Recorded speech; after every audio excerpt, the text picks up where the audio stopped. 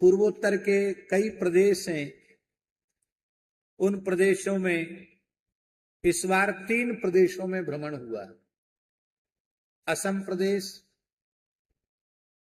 त्रिपुरा और अरुणाचल। पूज्य स्वामी शुद्धानंद जी महाराज हमारे साथी थे और भी संत महापुरुष थे।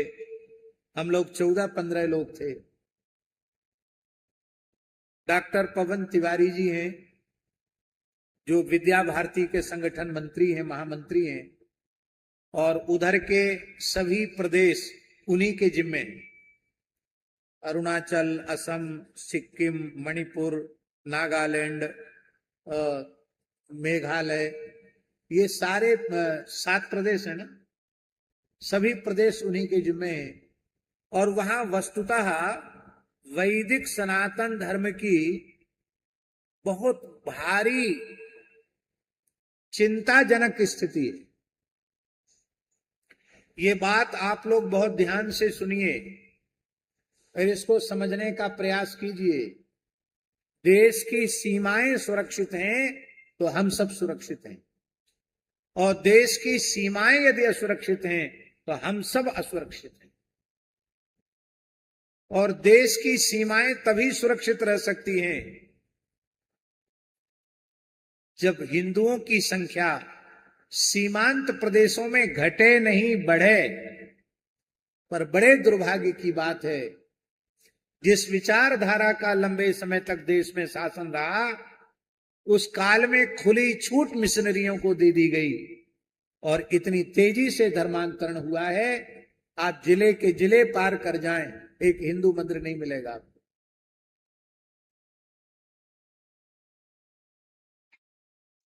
और ये 70 साल में ये काम बहुत ज्यादा हुआ। काम तो 200 साल से चल रहा है। और धन्य है राष्ट्रीय स्वयंसेवक संघ के उन समर्पित राष्ट्रभक्त स्वयंसेवकों को, जो इतनी प्रतिकूल परिस्थितियों में वहां धर्म जागरण के कार्य में हिंदुओं की चेतना को बचाने के काम में लगे हुए हैं, इतनी विकट परिस्थितियों में। और उन सबका कहना है कि साधु संतों ने, धर्माचार्यों ने, धर्मोपदेशकों ने इन क्षेत्रों में आना बंद कर दिया। उसी का दुष्परिणाम ये हुआ। हम भी चाहते थे, लेकिन हम भी अति व्यस्त हैं, व्यस्त नहीं अति व्यस्त। तो मन खूब था वहां जाने का, तो 7 दिन वहां के लिए दिया गया था। 3 प्रांत हुए, और अगले बार जब कभी कोई योग बनेगा, समय निकलेगा, तो शेष प्रांतों का भी भ्रमण किया जाएगा। इस बार एक वेद विद्यालय की स्थापना का संकल्प और एक गौशाला की स्थापना का संकल्प अरुणाचलम में जीरो नामक जगह में स्वयंभू सिद्धेश्वर महादेव के यहां करके आए हैं। वहां के निर्विरोध निर्वाचित राज्यसभा सांसद जी भी आए थे, विधायक भी आए थे। अपने ठाकुर जी की ओर से गौशाला के लिए और स्वामी शुद्धानंद जी ने वेद विद्यालय के लिए कुछ राशि दे करके उसकी घोषणा कर दी। हमारा भारतवर्ष के सभी पूज्य संतों से, धर्माचार्यों से, सभी परंपराओं के महापुरुषों से हमारा आग्रह है, और हिंदू आस्तिक जनता से भी आग्रह है कि आपके भाई लोग वहां रह रहे हैं, उनमें संस्कार जगें। इसके लिए आप लोगों को वहां जाना चाहिए। महाराज, ऐसी विचित्र स्थिति है, आप कोसों चले जाएं, आप यदि शाकाहारी हैं तो आपको भोजन उपलब्ध नहीं है। जहां कोई एकाध शाकाहारी है, वहां भी मांसाहार उसी के साथ बनता है। ये स्थिति क्यों आई? क्योंकि हिंदू खत्म हो गया। धन्य है उस जनजाति के क्षेत्र के लोगों को जिन्होंने इतना धर्मांतरित होने के बाद भी अपनी वेशभूषा और अपनी प्राचीन मान्यताओं को किसी भी अंश में जीवित रखा है। हम जहां जहां गए उन्होंने अपने परिधान में ही स्वागत किया, अपने हाथ से बिने हुए वस्त्र सम्मान के रूप में पटका अर्पित करके आदर किया। तो बहुत अच्छे संस्कार हैं, बड़े भोले बड़े अच्छे लोग वहां हैं। तो मेरी बारंबार प्रार्थना है कि उस क्षेत्र में भी लोग जाएं। और एक आज प्रेमी ने, हमारे सूर्यकांत जी जालान जो हमारे साथी गए थे, वहां सारी व्यवस्था देख रहे थे,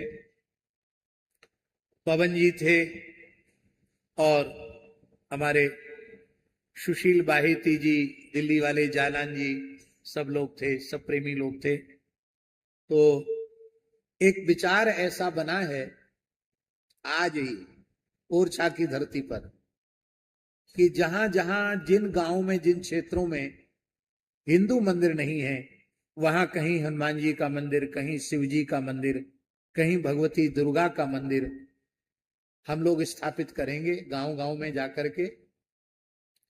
और वहां बहुत कम लागत में ही मंदिर बन जाएंगे। हम समझते हैं कि कम से कम 5 से 7 लाख रुपए में एक छोटा मंदिर बन जाएगा। तो यहां आप लोग मठ मंदिर बना रहे हैं, हमारा ऐसा विचार है वहां आप बनाएंगे तो आपको उसका 1000 गुना पुण्य मिलेगा, क्योंकि वहां आवश्यकता है। तो इस बार जाकर के एक बात का अनुभव हुआ, जहां अभी भी कोई एक हिंदू का देवस्थान, देवी देवता का स्थान बच गया है, वहां के लोग बच गए। इसका मतलब क्या है?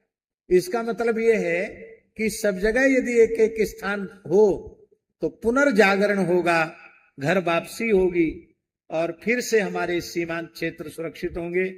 अभी सरकार भी बहुत अनुकूल है, उधर के सभी प्रदेशों में अच्छी सरकार है, राष्ट्रवादी विचारधारा की सरकार है, इसलिए अनुकूल अवसर है। हम समझते हैं सब लोगों को आगे आना चाहिए। आज के समय में पटेरिया जी 5-7 लाख रुपए खर्च करने में किसी को ज्यादा परेशानी नहीं होनी चाहिए। तो हम चाहते हैं कि ऐसे लोग आगे आवें, अपना नाम लिखावें, जिसमें हम लोग वहां छोटे छोटे मंदिर बना करके और वैदिक हिंदू सनातन धर्म के पुनर्स्थापन के इस पवित्र कार्य में हम लोग लगे। हमारे अनूप मिश्रा जी ने अपना हाथ खड़ा किया है, संत जी ओंकार दास जी ने भी कहा है, तो आपने भी, हर्ष जी भी कह रहे हैं बहुत, पर उनके साथ भैया क्या नाम है, नर्मदा जी भी कह रहे हैं। तो अच्छी बात है, और भी लोगों को हम लोग तैयार करेंगे और ये काम अपने को करना है।